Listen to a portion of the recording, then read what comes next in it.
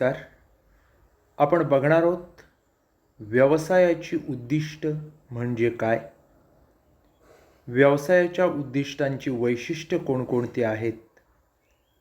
व्यवसायाची उद्दिष्ट निश्चित करत असताना कोणकोणत्या पायऱ्या असतात आणि व्यवसायांच्या उद्दिष्टांचं ठळक वर्गीकरण कसं केलं जातं? मित्रांनो, सर्वप्रथम आपण पाहूयात व्यवसायाची उद्दिष्ट ही काय संकल्पना आहे. व्यवसायाची सुरुवात करत असताना कोणता तरी हेतू असतो. व्यवसाय स्थापनेमागचा हेतू किंवा उद्देश म्हणजेच व्यवसायाची उद्दिष्ट. उद्दिष्ट म्हणजे ज्याच्यासाठी एखादी संघटना अस्तित्वात येते आणि कार्यरत राहते. तो उद्देश व्यवस्थापनाच्या सर्व कृती, निर्णय हे सगळं उद्दिष्टांवर केंद्रित झालेलं असतं. म्हणूनच उद्दिष्ट हा व्यवस्थापनाचा मूलभूत घटक आहे. उद्दिष्ट जर निश्चित असतील तर ती व्यवसायाला यशाचा मार्ग दाखवतात. उद्दिष्ट ही भविष्यकाळातल्या घडामोडींशी संबंधित असतात. त्यामुळे ती ठरवत असताना शक्ती आणि दूरदृष्टी वापरणं हे गरजेचं असतं. व्यवसायाची उद्दिष्ट ही काळानुसार बदलत आहेत.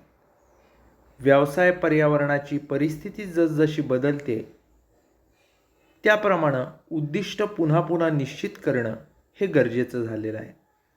उद्दिष्ट ठरवत असताना ज्या पर्यावरणात व्यवसाय संस्था काम करते त्या पर्यावरणाशी ती मिळती-जुळती असणं हे गरजेचं आहे. उद्दिष्ट ही व्यवसाय संस्थेच्या भविष्यात कोणतं कार्य करायचं आहे, कोणत्या कृती करायच्या आहेत याच्याबाबत मार्गदर्शन करणारी असली पाहिजेत. त्यामुळं कुठल्या तरी दिशाहीन कृती असतील, एखादी अर्धवट कृती असेल तर ती टाळली पाहिजे. व्यवसायाची उद्दिष्ट ही एकूण कामाबद्दलची काय ध्येय आहेत, काय प्रमाणं आहेत, कोणत्या कसोट्या आहेत त्या उपलब्ध करून देतात. त्यामुळं व्यवसाय संस्थेतलं काम हे कार्यक्षमपणे होतं, त्याचं मोजमाप करता येतं. त्यामुळं उद्दिष्टांना व्यवसायाचा उत्तर ध्रुव किंवा नॉर्थ स्टार असं म्हटलं जातं. उद्दिष्ट, हेतू आणि ध्येय या एकमेकांशी संबंधित संकल्पना आहेत. इंग्रजीत हेतू म्हणजे मिशन, व्यवसाय समाजासाठी काय भूमिका पार पाडणार आहे ते येतं याच्यामध्ये. ध्येय म्हटलं म्हणजे अल्पकालीन संकल्पना आहे किंवा सर्वसाधारण उद्दिष्ट काय आहेत ती येतात. आणि ऑब्जेक्टिव्ह किंवा उद्दिष्ट म्हटलं की व्यवसायाचा अंतिम उद्देश जे व्यवसायानं आपल्या कृतीतून साध्य करायचे ते येतात. त्यामुळं मिशन काय, गोल काय, ऑब्जेक्टिव्ह काय, हेतू काय, ध्येय काय किंवा उद्दिष्ट काय या सगळ्या गोष्टी आपल्याला नक्की काय करायचं याचं मार्गदर्शन करत असतात. मित्रांनो, व्यवसायाच्या उद्दिष्टाची जेव्हा आपण व्याख्या करतो तेव्हा कुंट्स आणि ओडोनेल यांची एक सोपी व्याख्या आपल्याला लक्षात घ्यावी लागते. उद्दिष्ट म्हणजे व्यवसायाचं, विभागाचं किंवा एखादं प्रकल्पाचं त्यांच्या कृतीतून साध्य करायच्या अंतिम गोष्टी काय आहेत हे होय. त्यामुळं कुंट्स आणि ओडोनेल यांनी अगदी सोपं सांगितलं आहे की व्यवसाय असेल, विभाग असेल, प्रकल्प असेल, तो आपल्या कृतीमधून कोणत्या गोष्टी अंतिमतः साध्य करायच्या याच्यासंबंधी जेव्हा ठरवतो, याच्यासंबंधी जेव्हा नियोजन करतो तेव्हा ती त्याची उद्दिष्ट असतात. दुसरी एक व्याख्या आहे फर्लँड यांची. ते म्हणतात की ध्येय, हेतू किंवा अंतिम साध्य की जे संघटनेनं विशिष्ट कालावधीत मिळवण्याचं ठरवलंय त्याला म्हणायचं उद्दिष्ट. थोडक्यात म्हणायचं झालं तर व्यवसायानं विशिष्ट वेळेत काय साध्य करायचं, कोणत्या गोष्टी साध्य करायच्या हे विविध टप्प्यावर ठरवलेलं असतं. तीच त्या व्यवसायाची उद्दिष्ट असतात. मित्रांनो, या व्याख्यांवरून व्यवसायाच्या उद्दिष्टांची काही वैशिष्ट्ये आपल्याला सांगता येतील. कोणती आहेत ती? तर ती आहेत स्पष्टता, कालबद्धता, निश्चित नेमकी, समजायला सोपी, अनेक प्रकारची उद्दिष्ट, आव्हानात्मक, लवचिकता असलेली, अचूक मूल्यमापन करता येणारी, एकमेकांशी निगडीत आणि मर्यादांचा विचार करणारी. वन बाय वन आपण बघूया. पहिलं उद्दिष्ट आहे ते म्हणजे कालबद्धता.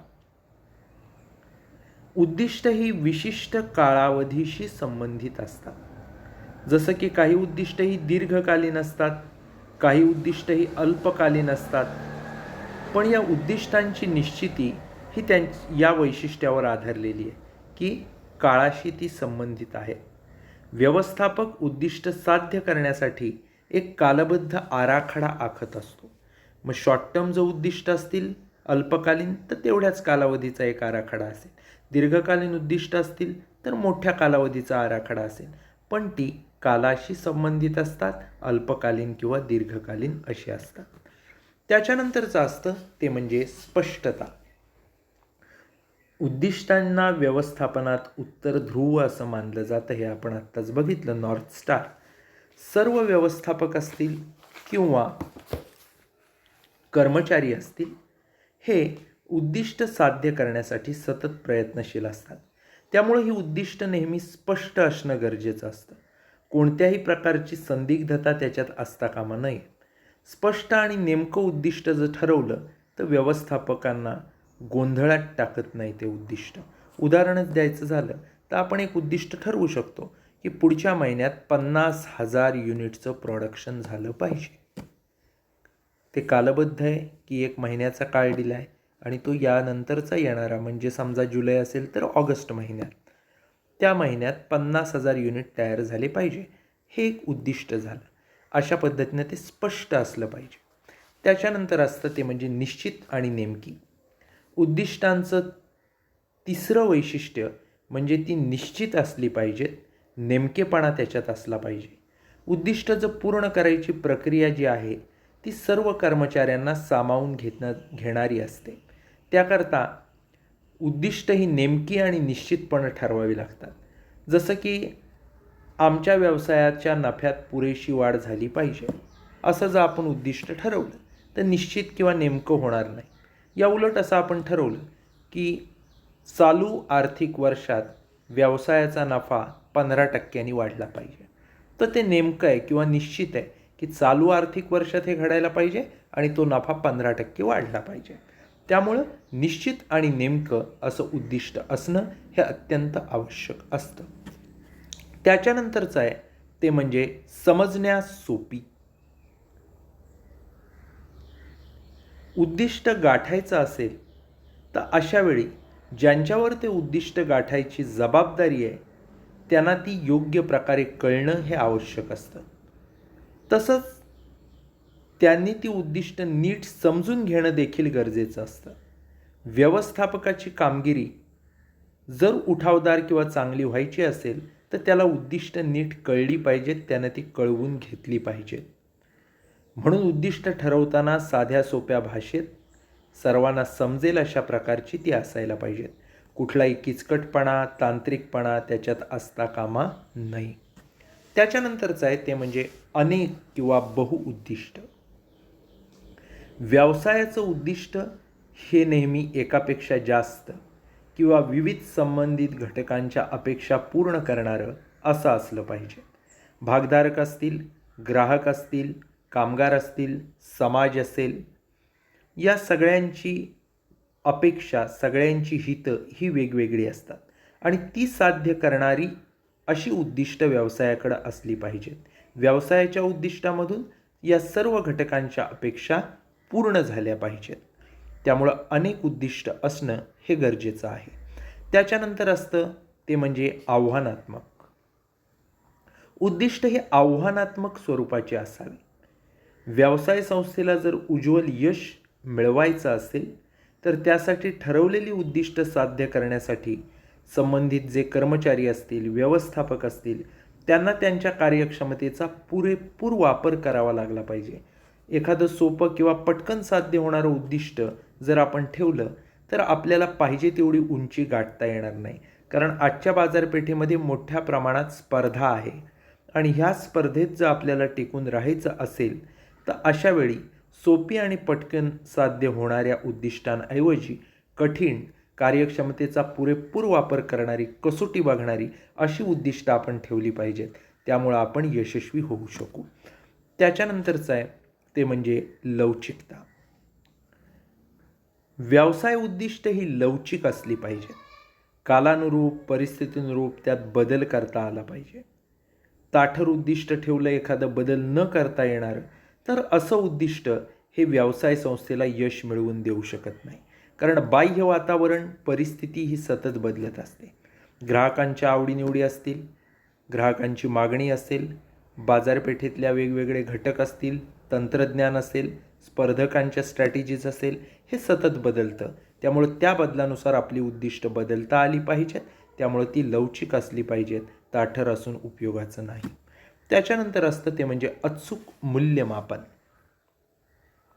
व्यवसायाची उद्दिष्ट ही निश्चित स्वरूपात मोजता आली पाहिजेत.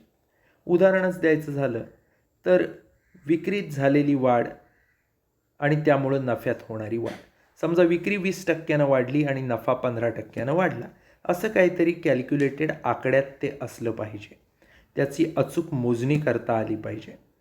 त्यामुळं आपल्या उद्योगातल्या इतर व्यवसाय जे आहेत किंवा आपल्याच व्यवसायातले मागच्या कालावधीचे निष्कर्ष आहेत, त्याच्याशी त्याची आपण तुलना करू शकतो. यावर्षी विक्री एवढी वाढली, नफा एवढे टक्के वाढला, किंवा XYZ कंपनीची विक्री एवढी आहे, आमची एवढी आहे, XYZ कंपनीचा नफा एवढा आहे, आमचा एवढा आहे, अशी तुलना करणं शक्य होतं. त्याच्यानंतर असतं ते म्हणजे एकमेकांशी निगडीत. कोणताही उद्योग संस्थेत अनेक उद्दिष्ट असतात. त्याचप्रमाणे वेगवेगळे विभाग, संबंधित घटकांच्या इच्छापूर्ती हे शक्य होतंच असं नाही. व्यवसाय संस्थेसाठी सर्वसाधारण उद्दिष्ट जरी असली तरी प्रत्येक विभाग, प्रत्येक खातं, प्रत्येक व्यक्ती यांच्यासाठी देखील आपल्याला उद्दिष्ट ठरवावी लागतात. ही उद्दिष्ट संस्थेच्या सर्वसाधारण उद्दिष्टामध्ये मिसळून जाऊन एकत्र होणं हे गरजेचं असतं. त्याच्यानंतर असतं ते म्हणजे मर्यादांचा विचार.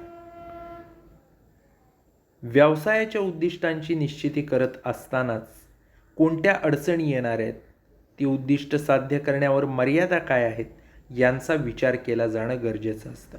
अंतर्गत आणि बहिर्गत पर्यावरण याच्यामधून प्रत्यक्ष उद्दिष्टांची कार्यवाही करत असताना अनेक अडचणी निर्माण होऊ शकतात. या अडचणींचा विचार जर आधीच केला तर त्याच्यावर उपाययोजना करणं शक्य होतं. मित्रांनो, व्यवसायाच्या उद्दिष्टांची वैशिष्ट्ये कोणती आहेत ते आपण बघितलं.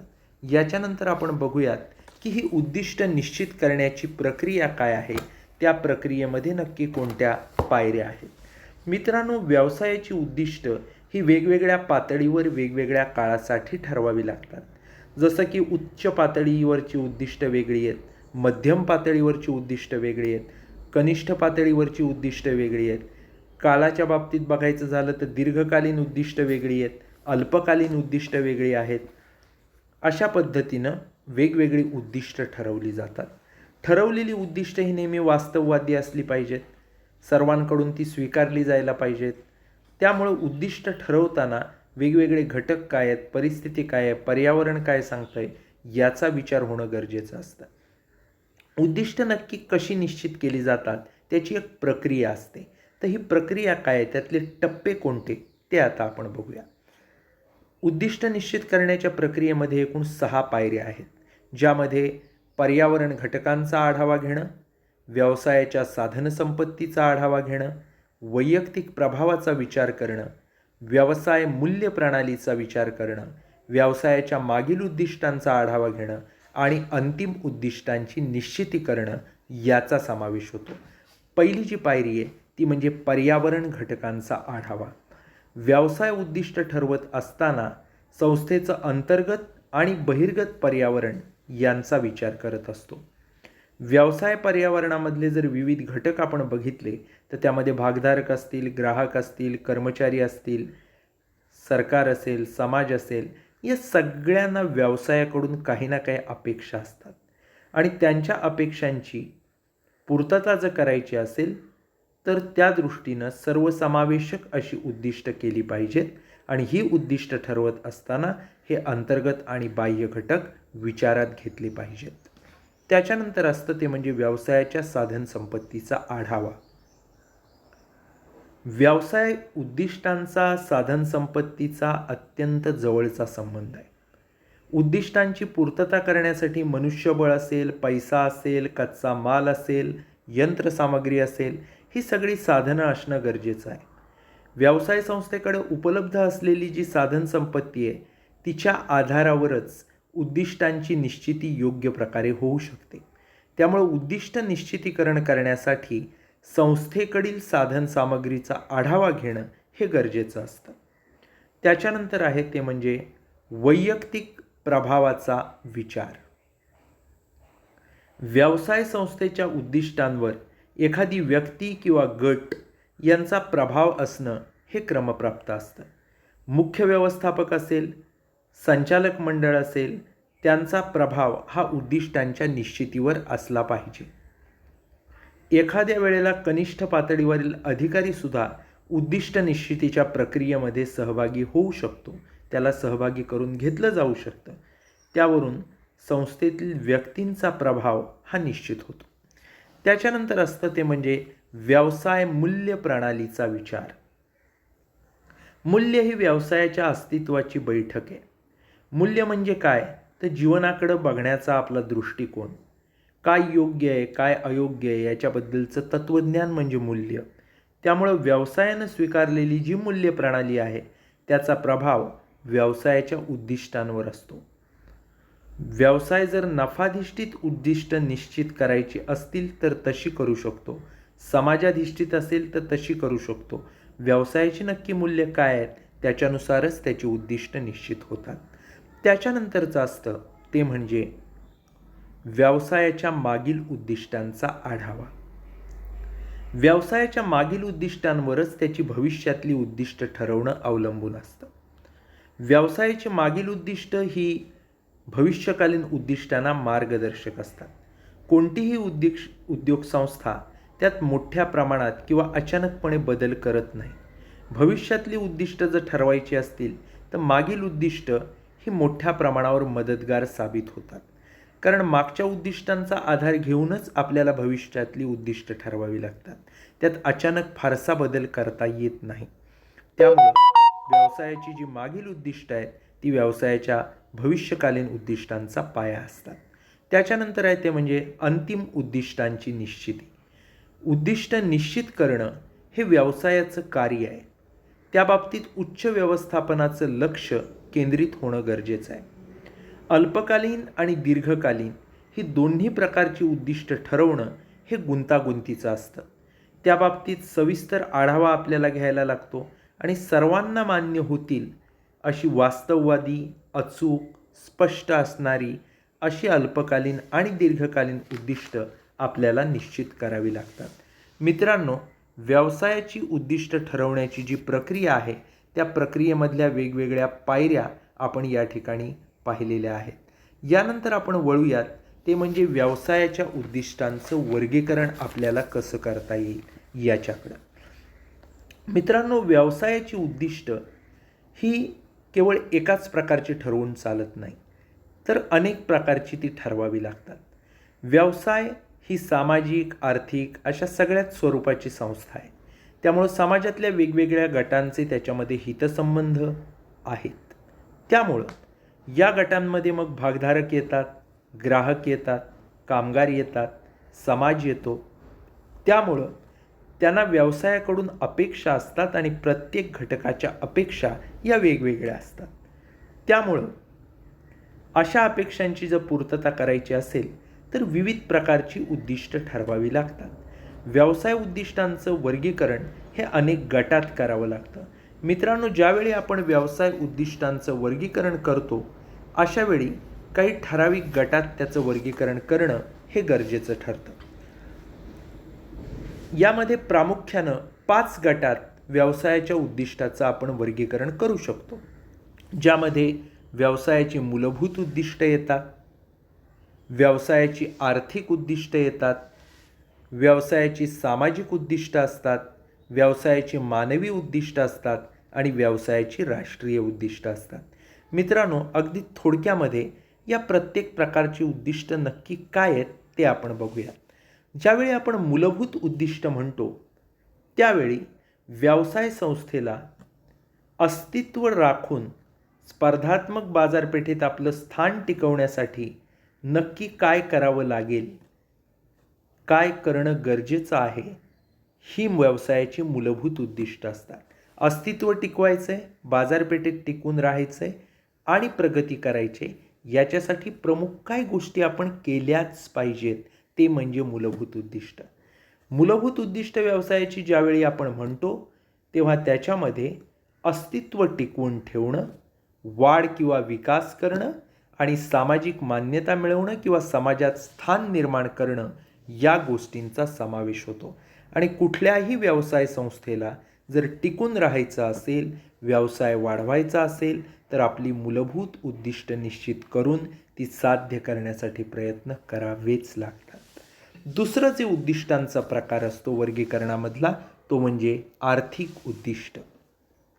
ज्यावेळी आपण आर्थिक उद्दिष्ट असं म्हणतो त्यावेळी नफा मिळवणं असेल, ग्राहक शोधणं असेल, वस्तू सेवांमध्ये वेगवेगळ्या उपयोगिता निर्माण करणं असेल, उत्पादन खर्च कमी करणं असेल, वस्तू सेवांमध्ये नाविन्य आणणं असेल, संपत्ती निर्माण करणं असेल, साधनसंपत्तीचा योग्य वापर असेल, व्यवसायाची आर्थिक वृद्धी करणं असेल, अशा अनेक गोष्टींचा त्याच्यामध्ये समावेश होतो.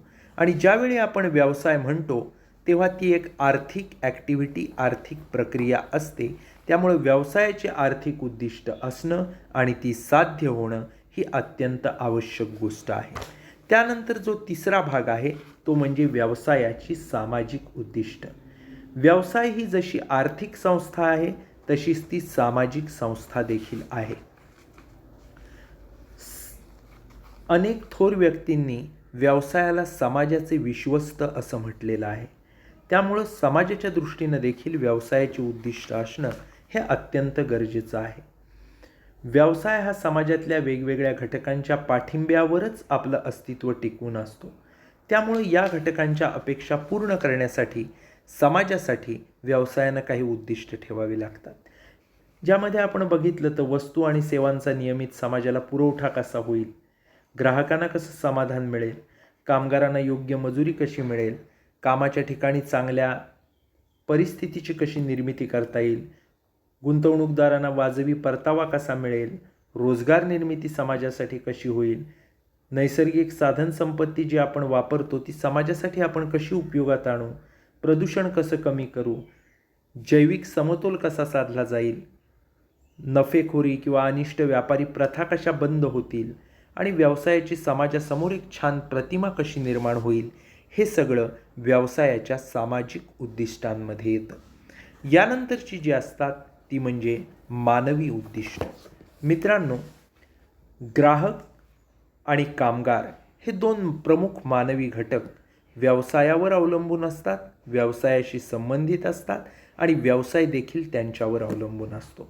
मित्रांनो, ग्राहकांना आणि कामगारांना चांगली वागणूक कशी मिळेल, कामाच्या ठिकाणी कामगारांना चांगली परिस्थिती कशी मिळेल, कामगारांना त्यांच्या कार्यात समृद्धी कशी आणता येईल किंवा ग्राहकांना चांगल्या प्रकारच्या वस्तू, सेवा, त्यात विविधता हे सगळं रास्त किंवा रिझनेबल भावात कसं मिळेल, म्हणजेच एकूण जे व्यवसायाशी संबंधित मानवी घटक आहेत त्यांच्या वेगवेगळ्या अपेक्षा कशा पूर्ण होतील या गोष्टीचा समावेश व्यवसायाच्या मानवी उद्दिष्टांमध्ये होतो आणि कोणत्याही व्यवसायाच्या यशस्वीतेसाठी ती आवश्यक असतात. त्यानंतर शेवटचं जे वर्गीकरण असतं ते म्हणजे राष्ट्रीय उद्दिष्ट. देशाच्या दृष्टिकोनातून ज्यावेळी व्यवसाय बघतो किंवा देशाच्या व्यवसायाकडून ज्या अपेक्षा असतात त्या पूर्ण करणारी अशी ही उद्दिष्ट असतात. आणि ज्यावेळी आपण राष्ट्रीय उद्दिष्ट असं म्हणतो त्यावेळी त्याच्यामध्ये औद्योगिक वाढ करणं, संपत्ती निर्माण करणं, रोजगार निर्मिती करणं, सामाजिक न्याय निर्माण करणं आणि समाजाला आणि एकूणच राष्ट्राला मोठ्या प्रमाणात सेवा सुविधा, वस्तू सेवा पुरवणं, आधारभूत होणं या व्यवसायाकडूनच्या अपेक्षा असतात आणि त्या पूर्ण करणारी उद्दिष्ट व्यवसायानं ठरवणं राष्ट्रीय उद्दिष्टांमध्ये अभिप्रेत असतं.